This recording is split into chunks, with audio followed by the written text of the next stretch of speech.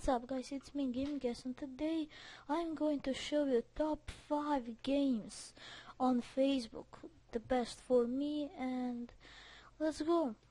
The game of number 5 is Dead Tiger 2. That's a first-person shooter game where you kill zombies. It's just like Left 4 Dead 2. On number 4 we have Vex 3, like a little bit parkour, but you have to clear the levels and it's very fun. At number 3 we have Red Crucible Firestorm. I can't pronounce that, but it's a first person shooter. It's just like Battlefield or Call of Duty.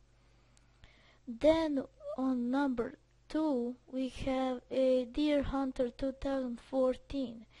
You hunt deers and some birds, and it's a very fun game. You can't move around. Well, I think you can a little bit, I can't remember. So, and on my number 1 spot it's Shadow Fight.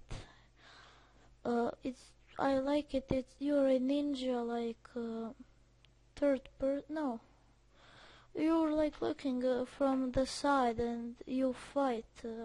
It's a very fun game.